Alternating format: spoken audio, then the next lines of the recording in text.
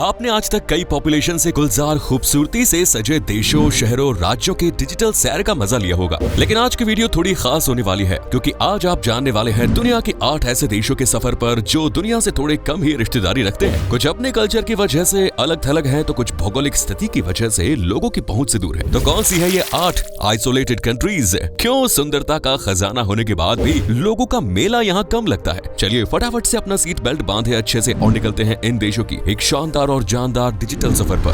Tuvalu. सबसे पहले जिस द्वीपीय देश में हम एंटर करेंगे वो है तुवालू, जिसे दुनिया के सबसे छोटे और सबसे खूबसूरत द्वीपीय देशों में शामिल किया जाता है। कई द्वीपों के मेलजोल से बना तुवालू पश्चिम मध्य प्रशांत महासागर में बसा है। तुवालू नाम से फेमस ये कंट्री पहले के समय में एलिस द्वीप समूह के नाम से पुकारी जाती थी। 1978 तक ये गिलबर्ट और एलिस द्वीप समूह के ब्रिटिश उपनिवेश का हिस्सा था और 1978 में आजादी पाने के बाद ये एक आजाद देश बन गया, लेकिन आज इसकी पहचान एक आइसोलेटेड कंट्री के रूप में होती है। 26 वर्ग किलोमीटर के एरिया में सिमटे हुए इस देश में महज 9,000 लोग रहते हैं, जबकि यहाँ हर साल 3,000 के लगभग सैलानी आते हैं। बेशुमार खूबसूरती होने के बाद भी ये देश सूना पड़ा रहता है, जो बाकी देशों से अलग थलग है और इसकी सबसे पहली वजह है जियोग्राफिकल लोकेशन। प्रशांत महासागर में दूर इलाके में बसे होने के कारण ये चारों तरफ से समंदर से घिरा है। इसके अलावा जलवायु परिवर्तन भी इसे एक अलग रखने का काम करता है, क्योंकि समंदर का स्तर तेजी से बढ़ता जा रहा है और धीरे धीरे तुवालू समंदर की आगोश में समा रहा है और कब ये पूरी तरह से विलुप्त हो जाएगा कहा नहीं जा सकता। इसीलिए खतरे को देखते हुए यहाँ आबादी रहना पसंद नहीं करती।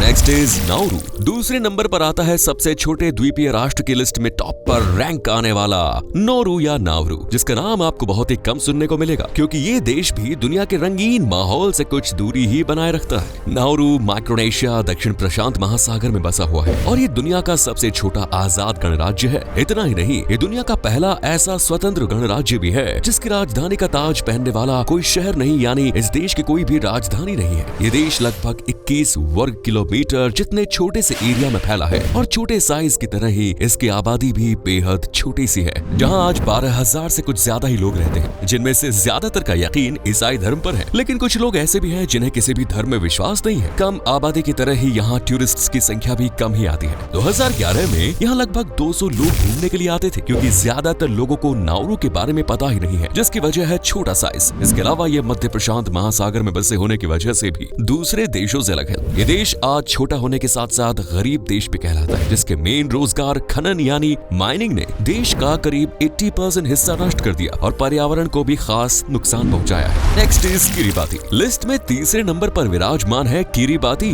जो एक छोटू सा द्वीपीय देश है और प्रशांत महासागर के बीच में स्थित है। किरिबाती करीब 33 छोटे छोटे द्वीपों और एटोल पर फैला है, जो इसे दुनिया के सबसे दुरुस्त और भौगोलिक रूप से अलग थलग देशों में से एक बनाता है। किरिबाती दूर दराज देशों से तो कांटेक्ट कर ही नहीं पाता और ना ही ये अपने द्वीपों से संपर्क साधने में कामयाब है, और इसकी वजह है द्वीपों का एक दूसरे से बहुत ज्यादा डिस्टेंस। किरिबाती के एक हिस्से से दूसरे हिस्से तक पहुंचने में 24 घंटे से ज्यादा का समय लगेगा और इस ट्रैवल की कीमत होगी करीब 1500 अमेरिकी डॉलर। अगर आप फेरी से ट्रैवल करते हैं तो फिर ये सफर हफ्तों में बदल सकता है। किरिबाती में लोग अपने ही दूर बसे द्वीपों से कांटेक्ट नहीं कर पाते हैं क्योंकि यहाँ नेटवर्क की प्रॉब्लम है और 14% आबादी तो ऐसी है जिनके पास मोबाइल फोन है ही नहीं, इसलिए भी कनेक्शन में बने रहना बहुत मुश्किल है। किरिबाती की आबादी कई द्वीपों में फैली है, जो कुल मिलाकर 1,36,000 से कुछ ज्यादा ही है, लेकिन ये लोग भी 811 वर्ग किलोमीटर जितने देश में काफी मुश्किल से रहते हैं। समंदर में बसे होने की वजह से यहाँ मीठे पानी की कमी है, खेती के लिए मीठे पानी की किल्लत है, बाढ़, तूफान और कभी सूखा इनकी जिंदगियों को मुश्किल बना रहा है और जल स्तर लगातार किरिबाती को अपने अंदर समाता जा रहा है। Next is Samoa.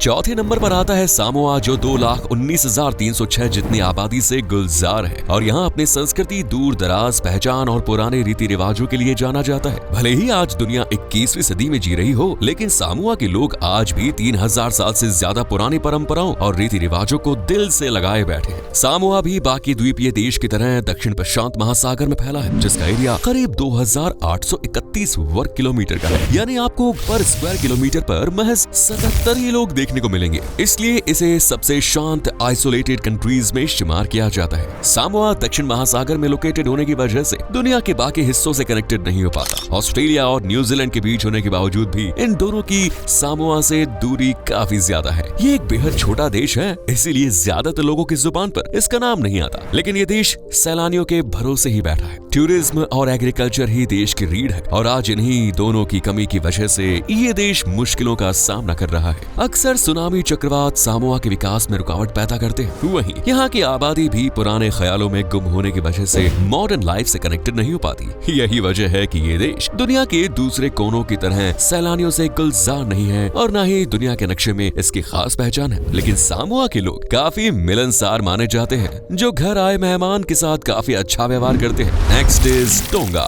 5वें नंबर पर जिस द्वीप देश का नाम चमकता है वो दक्षिण पश्चिमी प्रशांत महासागर में स्थित है और इसका नाम है टोंगा, जो लगभग 171 द्वीपों से मिलजुल कर बना है, जिनमें से ज्यादातर बेहद छोटे और लोगों की नजरों से ओझल है। टोंगा बाकी देशों से कई हजार किलोमीटर की दूरी रखता है, इसीलिए दूसरे देशों का ना तो इससे कोई संपर्क है और ना ही ट्रैवल करना यहाँ मुमकिन है। यहाँ के लोग अपनी ही दुनिया में मगन रहते हैं। यहाँ करीब 1 लाख लोग रहते हैं, जिनकी रोजी रोटी का साधन है कृषि, पर्यटन और मछली पालन। टोंगा एक गरीब देश है जिसके पास डेवलप्ड स्ट्रॉन्ग इकोनॉमी नहीं है, इसीलिए ये देश अपनी जनता को भी सारी सुख सुविधा नहीं दे पाता। और तो और कुछ लोगों के पास इंटरनेट कनेक्शन, मोबाइल फोन्स भी नहीं है। इस देश में आज भी मोनार्की सिस्टम है और ये कमजोर सरकार ही इसे दुनिया के साथ कदम से कदम मिलाकर चलने से रोकती है। कोविड-19 के बाद तो टोंगा ने यहाँ सैलानियों के आने पर भी रोक लगा दी थी, जिसके बाद टोंगा से दूसरे देशों का कांटेक्ट बहुत ही कम हो गया। Next is Marshall Islands. छठा द्वीप देश है मार्शल आइलैंड, जो प्रशांत महासागर में माइक्रोनेशिया के पूर्वी हिस्से में बसा हुआ है। यह करीब 29 एटोल से मिलकर बना है, जिनमें 1200 द्वीप हैं और 870 रीफ सिस्टम। देश का टोटल एरिया 181 वर्ग किलोमीटर है, जिसमें महज 42,000 जितनी आबादी रहती है और इस सिमटी हुई आबादी को भी आज रिसोर्सेज की कमी से जूझना पड़ रहा है। यहाँ ना तो पीने के लिए मीठा पानी इनफ क्वांटिटी में है और ना ही खेती बाड़ी के लिए उपजाऊ मिट्टी और पानी। इसीलिए यहाँ लोग मछली पकड़कर नारियल की खेती करके अपने घरों का चूल्हा चौका जलाते हैं। यहाँ रोजगार के संसाधनों की बेहतर सुविधाओं की बहुत कमी है, इसीलिए लोग अच्छी से अच्छी जिंदगी नहीं जी पाते और ना ही दूसरे देशों से लोग यहाँ आना पसंद करते हैं। प्रकृति भी इस द्वीप से थोड़ी खफा सी ही रहती है। समंदर स्तर पर लगातार बढ़ता जा रहा है, जिस वजह से जलवायु परिवर्तन की समस्या भी बढ़ रही है। कभी सूखा लोगों का जीना मुहाल कर देता है तो कभी तूफान लोगों के घरों को उजाड़ कर चला जाता है। इसीलिए ये आइलैंड खतरे का घर बनकर रह गया है। दूर दराज स्थिति की वजह से यहाँ के लोग दूसरे देशों से भी कांटेक्ट नहीं कर पाते और तो और व्यापार करने के लिए भी समुद्री रास्ता ही अपनाना पड़ता है और अगर कभी समंदर अपने उफान पर हुआ तो सफर करना भी मुश्किल हो जाता है। इस द्वीप पर मेडिकल सुविधा खास न होने की वजह से लोग मारे जा रहे हैं और आबादी घटती जा रही है। यही वजह है कि इस खतरे के डर से कोई भी सैलानी यहाँ एंटर नहीं करना चाहता और आज ये देश अलग थलग सा पड़ा हुआ है। Next is Micronesia. अब बढ़ते हैं अपनी लिस्ट के 7वें द्वीप देश पर, जिसका नाम है माइक्रोनेशिया, जो प्रशांत महासागर की गोद में बसा हुआ है और कई छोटे छोटे द्वीपों और एटोल से मिलकर एक द्वीप देश बना है, जिसकी ज्योग्राफिकल लोकेशन ऐसी है कि बाकी द्वीपों देशों से काफी ज्यादा दूरी पर मौजूद है और इसीलिए वहां तक पहुंचना, कांटेक्ट करना, दूसरे देशों के साथ व्यापार करना थोड़ा नहीं बल्कि बहुत मुश्किल है, क्योंकि इस द्वीप से दूसरे इलाकों में पहुंचने में न सिर्फ वक्त जाया होता है बल्कि खर्चे में भी जेब ढीली हो जाती है। इसीलिए ये देश वक्त और पैसों को बचाने के लिए दुनिया के दूसरे देशों से रिश्तेदारी नहीं रखता और अपने 1,13,683 लोगों की दुनिया में सिमटा रहता है, जबकि माइक्रोनेशिया का टोटल एरिया है 701.9 वर्ग किलोमीटर। माइक्रोनेशिया में कई जातीय और भाषाई समूह हैं जो बाहरी दुनिया से ताल्लुक रखना पसंद नहीं करते। इनका अपना रहन सहन, रीति रिवाज और परंपराएं हैं जो दुनिया से मेल नहीं खाती। आबादी कम और पुराने ख्यालात वाली सोच होने की वजह से देश आर्थिक विकास भी नहीं कर पा रहा और यहाँ स्किल लेबर की भी कमी है। इसके अलावा प्रकृति भी इस देश के साथ नहीं है, तभी तो यहाँ तूफान, सुनामी और सूखे जैसी स्थितियाँ लोगों की नींद उड़ाने का काम करती है। इससे न सिर्फ लोगों की निजी जिंदगियों पर गहरा असर पड़ता है बल्कि खेती बाड़ी भी तहस नहस हो जाती है। जलवायु परिवर्तन भी देश को नुकसान पहुँचाने में अहम भूमिका निभा रहा है। And last is Palau.